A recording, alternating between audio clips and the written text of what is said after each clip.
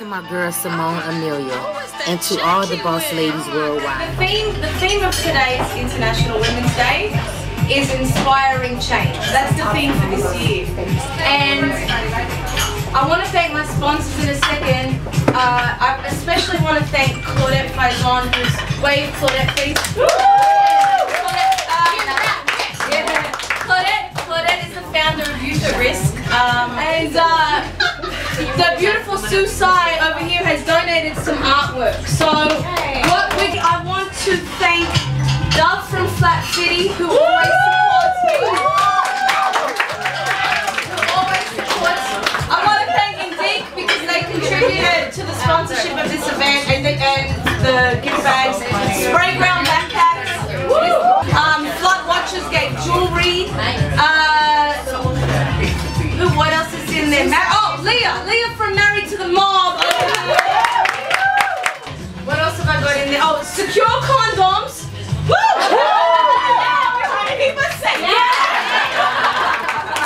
Monster. Oh yeah, shoot. Okay.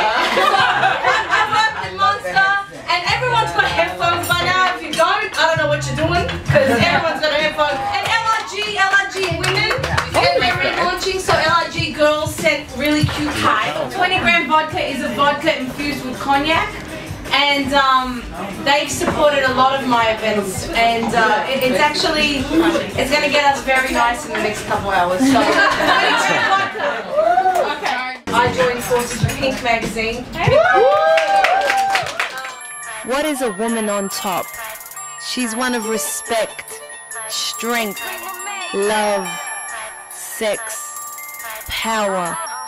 In a male-dominated game, she maintains control, strikes out on her own, and supports her sisters. This is the boss lady, and I want to give a shout out to all my women on top. Now DJ Adore, let's get this thing started. Okay, so what we're going to do, because today's theme is inspiring change, we're going to all introduce ourselves one by one.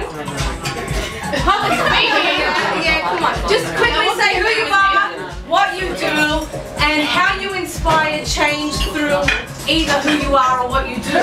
So you've gone through a lot, obviously, doing what you do in the fashion world. So maybe talk about how you've overcome those challenges, because that's inspiring in itself. Exactly. So as I'm sure all of you know, the fashion industry is not diverse at all. It's not kind to women of color. You've heard about the lack of color on the runways. It's true behind the scenes in terms of fashion bloggers. Yeah, I'm sure y'all know. Editors, when I go to shows abroad in London and Milan, I'm usually one of 5 people in the room.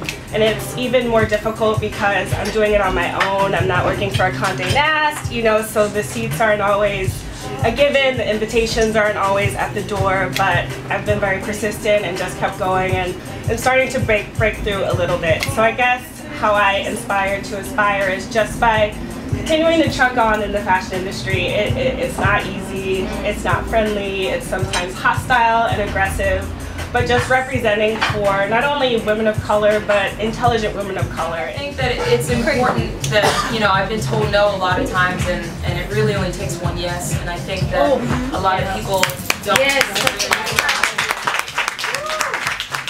So I don't know, you know, I hope that I'm inspiring to some, but if I'm not, then I hope I'm inspiring to one.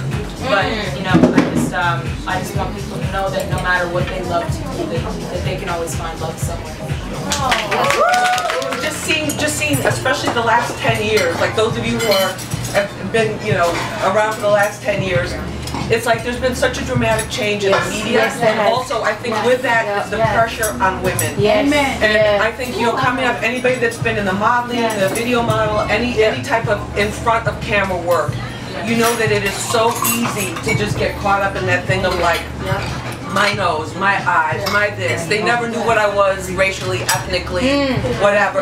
It's like, it was always like the big, you know, the big question mark. And I think that the main thing was now for the young, especially for like our younger sisters and our daughters and our nieces, the most important thing is we really have to teach them to find a couple of things about yourself that you really love and never let go of them. For me, how I inspire change is being transparent. I'm a mother of 3. I've been in the news business for 21 years. Can we give a wave over here? Damn, you look good. I have a 15-year-old that's in college, but the way I inspire changes is by being candid. I am the product of a single mother in the projects of New York. My father robbed Colombian drug lords. He was found dead in '94. We still don't know where his body is. One of my sisters is in prison still right now. One of my sisters died of AIDS. Me, I went through so much. I was a single mother, homeless. I graduated from college, but I was still trying to find myself. I had a dream. When I grew up in the project, I knew I wanted to be a news reporter in upstate New York and Buffalo. You cut. Yeah, but I was going back and forth from New York to Buffalo. But to make a long story short, when that TV came on, I don't care what was happening in the project, everybody went home, right? So I said, I gotta be a part of that. That medium was so powerful. So I left home at 18 with this dream to be a news reporter. I was a single mother. You know, my daughter who's now in college, I was a single mother. Her father was abusive. He used to beat me, all kind of things, but I stayed on my path and I knew that God had his hand on me. At the time, I had no family. I had no one to lean on, no one to rely on because my family was into the drug business. My mother was a single mom, no education. But I knew education was the ticket for me. Books were the ticket for me. Man, Child of the Promised Land, that she's reading right now, and I had to show her about Harlem. The reason why she's here is because I want to expose her to the things I was never exposed to at a young age. And that's, as women of color and people of color and all different types of backgrounds, we don't have that advantage that other people have. They have their children at a young age learning about money and the economy. I'm not going to go into my whole long life, but the way I inspire change is Sheryl Sandberg said that I want women, young girls that are told that they're bossy, to be told they have leadership skills instead. And when I was a young girl, I was always confident. Like, I don't know why, I always knew what I wanted to be a journalist from a kid. I knew what I wanted to be. I come from a single mother who left school at 14. I never had a dad. I've been through a lot of shit in my life too, but like, I've always been confident though, regardless, because my mother instilled in me that a woman has to be tough. We have to be tough. We have to be tough.